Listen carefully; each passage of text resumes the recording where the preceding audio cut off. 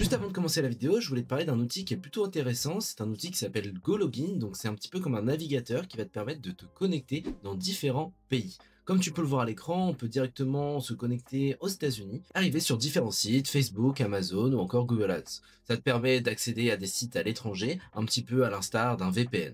Là, tu vois qu'on va changer de destination et on peut directement voir que on est bien localisé dans la nouvelle destination où on a décidé d'aller. Et ici, tu peux directement te connecter sur ton LinkedIn ou même sur ton compte Facebook. Comme tu peux le voir, il y a beaucoup de destinations différentes et tu peux rafraîchir directement pour avoir une nouvelle IP. Et tu peux regarder directement sur whatsmyip.org pour regarder ta nouvelle IP qui vient de changer. Pour continuer l'exemple, on a ici la localisation Allemagne qui est disponible directement et on voit bien qu'on a l'IP qui vient de changer. On va se rendre dans l'onglet Invite Members. Tu peux directement inviter des gens dans ton workspace pour venir partager différentes informations avec eux et gérer les permissions associées aux users que tu viens d'inviter. Et en passant par mon lien en description, tu auras 2 Go de proxy résidentiel gratuit sur GoLogin pour tester la plateforme et sécuriser ta navigation multi-compte. Salut tout le monde, c'est Bobby. Aujourd'hui, je vais te parler d'un sujet plutôt essentiel dans les cryptos, c'est la sécurité et comment sécuriser tes crypto-monnaies. Donc la question est simple, c'est comment bien sécuriser ces cryptos, parce que dans la crypto, tu es ta propre banque, tu n'as pas de tiers où tu vas venir confier ces crypto-monnaies-là. Donc si tu perds l'accès à tes cryptos, il n'y a pas de service client pour t'aider à les récupérer. En 2025, trop de gens se font encore hacker, arnaquer ou simplement perdre leurs fonds par négligence. Donc dans cette vidéo, je vais te donner 7 conseils concrets pour sécuriser tes actifs comme un pro. Et à la fin, je te montrerai même ma stratégie perso pour essayer que tu puisses t'identifier à ce que je peux faire pour sécuriser mes propres crypto-monnaies. Tout d'abord, le premier conseil, c'est de jamais laisser tous ces fonds sur un exchange. Un exchange, c'est un échangeur, il est là pour être un petit peu le tiers de confiance que tu vas utiliser pour échanger tes crypto-monnaies. Par exemple, tu as sûrement un compte Bitpanda où tu vas pouvoir venir acheter ou vendre du Bitcoin. Ces exchanges restent quand même des comptes que tu dois utiliser de manière temporaire. Donc par exemple, j'ai 100 € à vendre du Bitcoin, je vais envoyer mes Bitcoins sur Bitpanda, les vendre contre des euros et après récupérer ces euros sur mon compte bancaire. Là, avec cette transaction, je garde pas des fonds sur le long terme sur la plateforme pour éviter des problèmes qui peuvent arriver, comme on a par exemple le cas d'FTX, Celsius, BlockFi,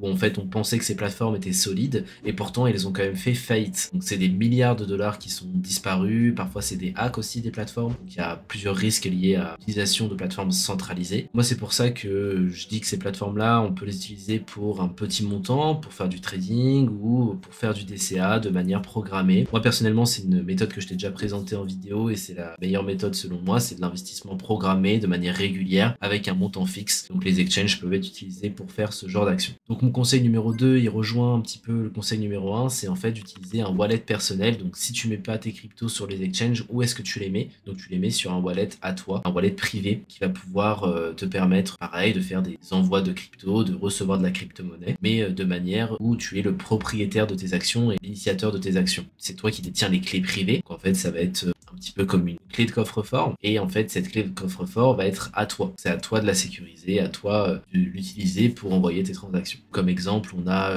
MetaMask, Trust Wallet ou même Bitpanda Wallet. Donc, ce sont des portefeuilles que tu peux par exemple installer sur ton Google Chrome, tu le mets en extension et tu as un wallet que tu détiens de manière personnelle et c'est pas un tiers de confiance qui détient à ta place. Mais du coup, utiliser ce genre de wallet, ça vient aussi avec des responsabilités car si tu perds ta clé, personne ne peut la récupérer pour toi. Le troisième conseil, c'est de protéger ta seed phrase. Donc seed phrase, c'est ta phrase de récupération et cette phrase de récupération t'est donnée lors de la création de ton portefeuille. C'est une phrase de 12 à 24 mots qu'il faut noter et protéger. C'est vraiment important de noter cette phrase par exemple sur du papier ou quelque chose de physique, quelque chose qui n'est pas vraiment en ligne. Par exemple, tu vas pas mettre ça sur ton bureau en mode seedphrase.txt, vraiment que tu la protèges un petit peu plus que ça. Et cette phrase-là te permettra de récupérer l'accès à tes fonds. Elle est liée en fait à ton wallet, quoi. C'est vraiment la phrase qui te permet de dire ce wallet-là, il m'appartient car j'ai les 24 mots. Ensuite, pour le conseil numéro 4, ça serait d'utiliser un hardware wallet, aussi nommé comme cold wallet. C'est une solution du coup qui va être apportée pour sécuriser des montants peut-être un peu plus importants. Pour moi, c'est un petit peu la référence absolue. Donc des marques comme Ledger, Trezor proposent des hardware wallets. Donc ça va être sous forme de petites clés USB ou petites tablettes que tu vas venir connecter à ton ordinateur pour réaliser tes transactions. Et ensuite, tu viens déconnecter cette clé quand tu as fini tes transactions. Et il faut utiliser cette clé pour signer tes transactions physiquement. Donc en fait, tu as ton code à mettre à chaque fois pour valider les transactions que tu réalises. Donc même si ton ordi est hacké, les cryptos ils restent quand même inaccessibles sans ton appareil physique qui va venir authentifier la transaction. Ensuite, comme cinquième conseil, on a l'activation du 2FA, donc le double facteur d'authentification. Donc il faut l'utiliser mais pas par SMS, car encore beaucoup trop de gens utilisent cette méthode-là via SMS, mais c'est une mauvaise idée, car en fait il y a une attaque en cybersécurité qui s'appelle le SIM swap, et en fait le pirate va venir voler ton numéro, réinitialiser ton compte et récupérer l'accès à tes différents exchanges si tu utilises le 2FA par SMS sur ces exchanges-là. Le but, c'est d'utiliser plutôt une application d'authentification comme Google Authentificator, OTI ou ce genre d'application. Et bien sûr, il faut que tu sauvegardes le code d'installation en cas de perte de ton téléphone.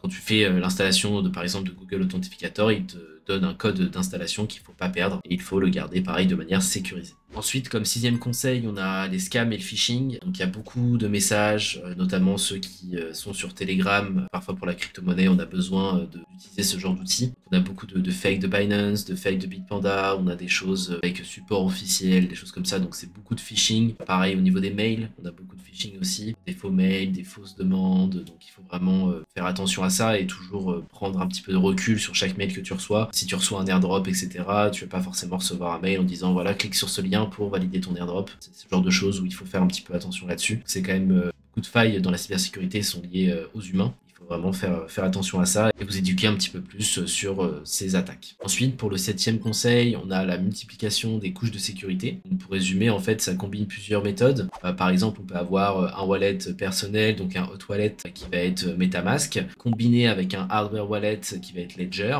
Tout ça avec du 2FA, avec Google Authentificator. On a aussi une seed phrase physique qui est bien séparée de notre matos. Elle n'est pas enregistrée sur un Google Drive, des choses comme ça. Et ensuite, on peut aussi faire un PC dédié pour les transactions. Donc ça, c'est vraiment pour notre niveau, mais on peut avoir par exemple un VPN pour te connecter à ce PC-là et ensuite tu gères un petit peu tes transactions depuis ce PC dédié. Donc c'est un petit peu voilà différentes méthodes qui peuvent être utilisées, mais le principal c'est de commencer à utiliser déjà un wallet comme MetaMask ou ce genre de choses, et ensuite un hardware wallet avec Ledger ou ce genre de choses. Donc pour finir un petit peu la vidéo, je voulais te parler de ma stratégie perso. Donc moi personnellement, ce que je fais, c'est un petit montant sur des exchanges centralisés comme Bitpanda pour faire du DCA. Donc ça va être du DCA sur du Bitcoin, mais aussi beaucoup sur de l'Ethereum. Donc il y a un petit montant qui part tous les mois en investissement automatique. Ensuite, j'ai aussi un hardware wallet pour mes coins à long terme. Moi, personnellement, j'utilise Ledger et Trezor. Je varie un petit peu entre les deux, mais globalement, moi, je conseille quand même Ledger. Donc, c'est un petit peu là où je vais stocker vraiment mes cryptos sur le long terme, mes Ethereum que je vais garder sur le long terme, etc.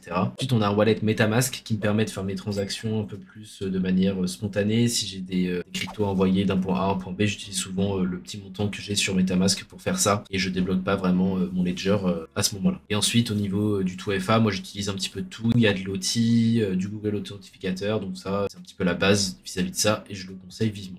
Voilà, c'est tout pour cette vidéo. J'espère que tu as pu apprendre des petites choses et que ces petits conseils t'ont aidé dans la sécurisation de tes crypto-monnaies. En attendant, moi je te conseille de t'abonner à la chaîne YouTube pour d'autres vidéos un petit peu sur le thème du minage, des cryptos et de l'investissement de manière plus générale. Si tu veux que je teste un wallet en particulier, par exemple un Ledger Wallet ou un Trezor Wallet, mets-le moi en commentaire et j'essaierai de faire ça dans la prochaine vidéo.